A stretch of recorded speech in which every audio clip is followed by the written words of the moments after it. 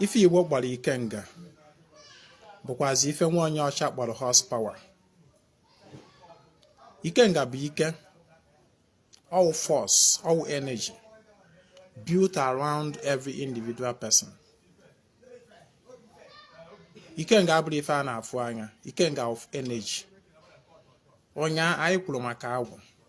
Agwụ na Ikenga na ọdụ ka aka anyị na-aka ekpe chi mmadụ. Dịka m gwara ọnụ ụnyaahụ gbasatala agwụ. Agwụ bụ the information signal. The information signal for chi mmadụ. Why Ikenga is the force of movement, the horsepower of chi mmadụ. The extent chi mmadụ can accomplish is dependent on the horsepower, the Ikenga of the person. Ikenga grows, all force. Ọ na-eri nri ka ọ na-eri ka ọ na-ebu. Ikenga is what differentiates between two persons, energy and strength to accomplish. Sorry. Ikenga is what differentiates between two people in matters of accomplishment. Your Ikenga affects everything that you do. Your Ikenga determines the extent you will go. Your Ikenga determines your achievement at a certain stage, at a particular time. Ma nwoke ma nwanyị have Ikenga. That is that energy. I'm not talking about the traditional Igbo. I'm saying that I'm defining and explaining Ikenga from the general universal point of view, which is that same thing, that same energy which the onye ọcha ma ndị ọcha kpọrọ horsepower. Horsepower is about, for example, now this motor, I mean this car or this motor na motor anụnwa, two different motors. Na nke anọ na-agbakanarị nke anọ ọsọ. It is about na horsepower nke ahụ na-agbakarị ọsọ ka the other one. It is about the horsepower. Na-aghọta ihe na-ekwu. It is about horsepower. Ma anyị nwere ike for power bike. Asị gị na nke anọ ọ na-agbakanarị nke anọ ọsọ. It is about what differentiates them bụ horsepower. Nke ahụ ka agba ọsọ nwere higher horsepower. That is what I mean. Accomplishment. What you accomplish is dependent on the extent of your Ikenga. Maybe nwoke, maybe nwanyị. Your Ikenga affects even your bargaining power in business. Your bargaining power. Ị ga-afụ mmadụ na-abụ gal for business contract proposal. As for me, at the end of the day, a word the other person, happen the other person. Despite that, now the fact don't wake oyen ke will be ihene be the ka where they higher than oyen cause a war. It is actually Ikenga that fuels your will.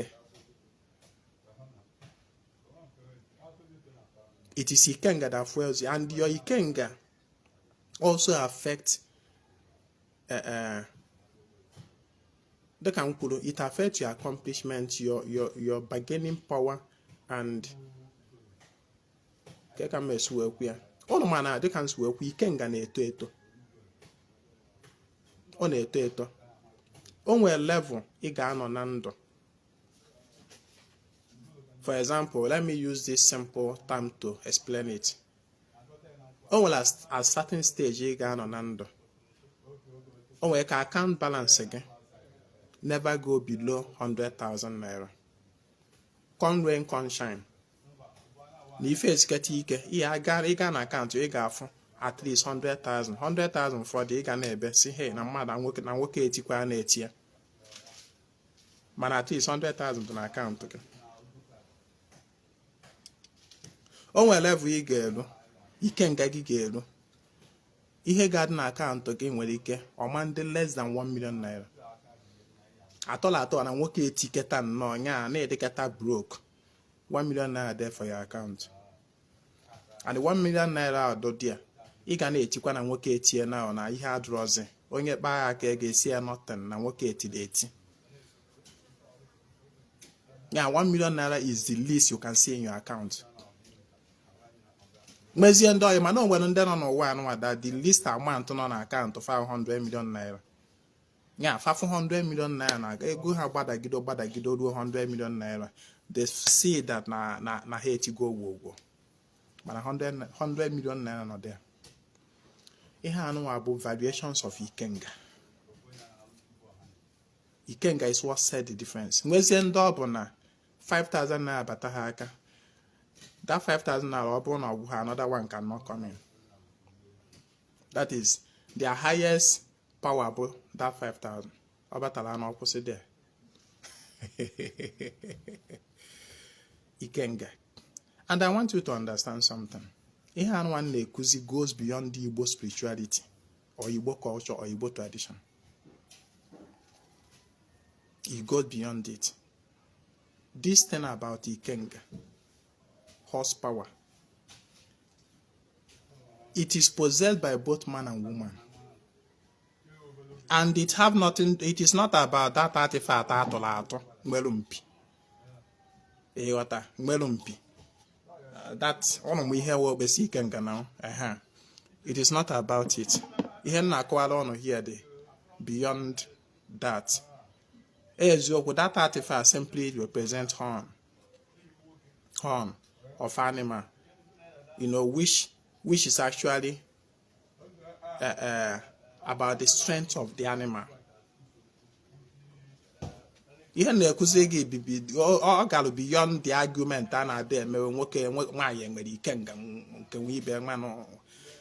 It go beyond that. Ihe na-akọwara gị abụrụ just Igbo tradition. Ọ na Igbo tradition ka ọ ya abịa na-eme argument nwaanyị nwere Ikenga nke nwe ibe nwana na-akọ akụkọ a na-akọ. And your Ikenga have nothing to do. It is not about that artifact in ebusala ọbara nwere mpi. That is not what I mean. I mean force, energy that is invisible, that is in you. It's in every man. Naturally, you have it. You know what he how energy that lives in it have nothing to do with that physical figure you were to do. And the fueling your Ikenga. Look at Ikenga it expands. Because it is not a static something. That is what defines spirituality, differentiates spirituality from science. In science, horsepower of a vehicle can be static. If you do this vehicle that now the highest horsepower will be head to or mangafe or mantokalia. But in terms of spirituality, it grows. It is life. It is active. It is living force. On a now somebody today. Now the highest horsepower, for example, 5,000 naira bata, another one aman batazi. Until that 5,000 TPA, another one ewe bata. When you keep horsepower ya bagote. To that, not 100,000 twice we are Korea. Oh, why you call 100,000 and we can bagote tomorrow to 1 million naira. Oh, you can 1 million naira we get tomorrow no bago to 100 million naira. It grows. Now, how to feed your Ikenga? You feed your Ikenga through feeding your mind. Feeding your mind. Feeding your intellect. Being in control over your emotion. The basic way go dey feed. Nya, echoki Ikenga ge did. Dike. You should be such a person that you are in full control of your mind, your emotion. Try to accomplish that thing you say. And don't let emotion and the sentiment move you. Be a man of substance or a woman of substance. For example, you make a promise to somebody or to something. Keep by that your words. Despite all odds, feed your mind.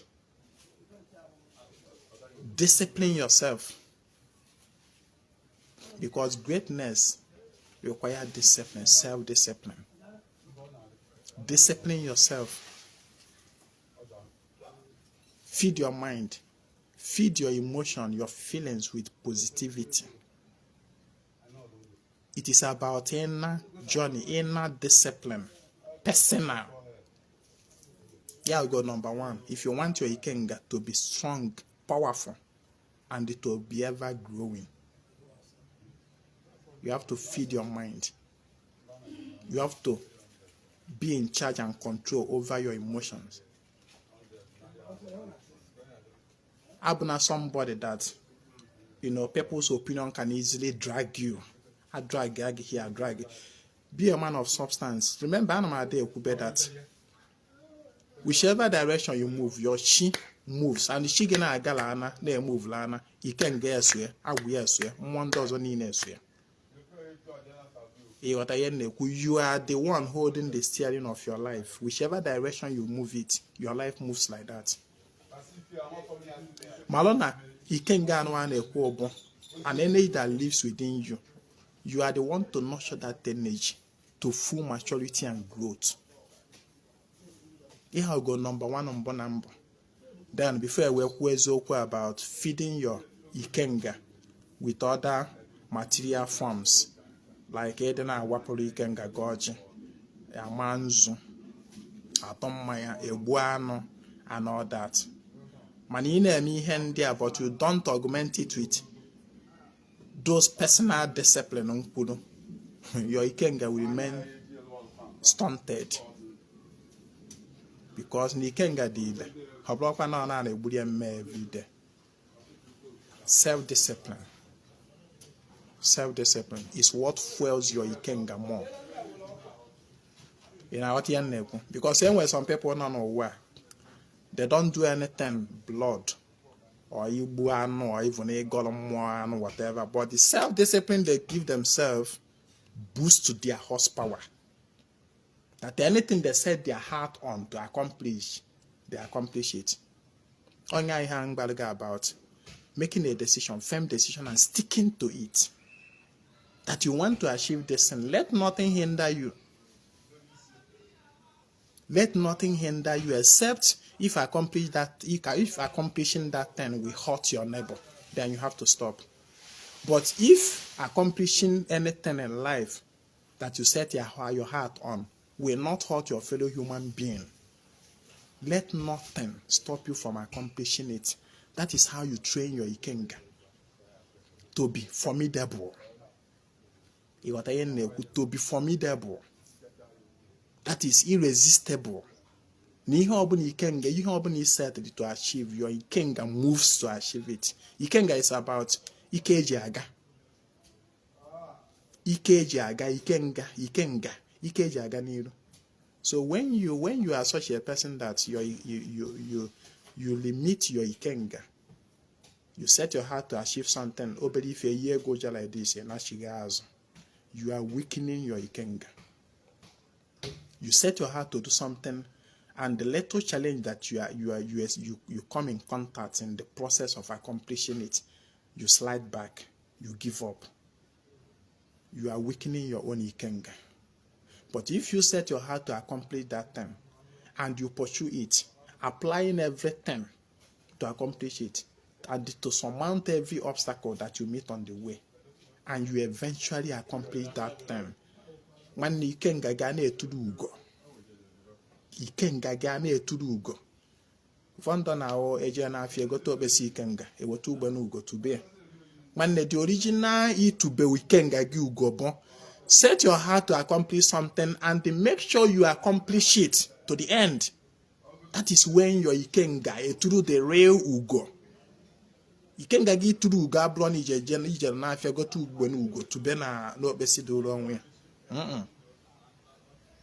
In our Tihenneku, fuel your Ikenga. Ibunwoke Ebonwai. Ihe anụ abụọ nse ka nzi ọnụ tata. Mana m okene gị nweta ozi a pinye aka na share button tụsa ya. ka ndị ọzọ nweta achọrọ m ka this message ka ọ gaa viral. Ịma na enyeghị m this message caption ga-attract ndị mmadụ. Ọ bụrụ na ihe ka na mụ nyere attraction like a caption like how to know your chi or how to perform ritual to become wealthy and become rich, people will rush it before 2 days enwee hundreds of thousands views. Mana nke anyị just time were simply Ikenga. So many people will look at the head and then forgo it. But how mama no message not there. So help to spread. Go and watch him. Help to spread the message. Can do us on with you. Cheta na kwa nkwo anyị na-eme saraka na obi anya. Nkwo saraka ndị mmiri. Kunye onwe gị na ọkụ na nya bụ saraka. Dọrọ ike na ndị mmiri. Ụfọdụ ndị ya awụ abịa m mbọs a na-ajụ Ezinwa, I have not done water settlement. Is it right to a part of the saraka? My brother, my sister, listen. There is no way of starting something other than to start it. There is no other way of appeasing on them other than to start it. However you choose. This saraka, it is a ritual, it is devotion dedicated to them. Whether you have done all of them or appeased, settled on them or whatever, that saraka is part of appeasing on them. So stop asking questions like, think before you ask questions. It's just like somebody asking me, can I go Lushimoji when I have not fed it? What is the difference between a Golushigoji and a feed the chicken? A Golushigoji is not part of feeding your chicken.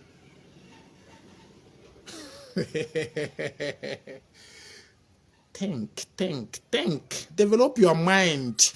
Develop your inner. I follow Ezinwa like this. Be a thinker. Think ahead. Think ahead. Your bologi was then sharp, very intelligent. In our team, upon a choice in the Saraka, one nation, I name was Saraka no be here. Chat me on WhatsApp 08032477868. I can acquire mom. Nyaka where to Sauzia. Nyagazia.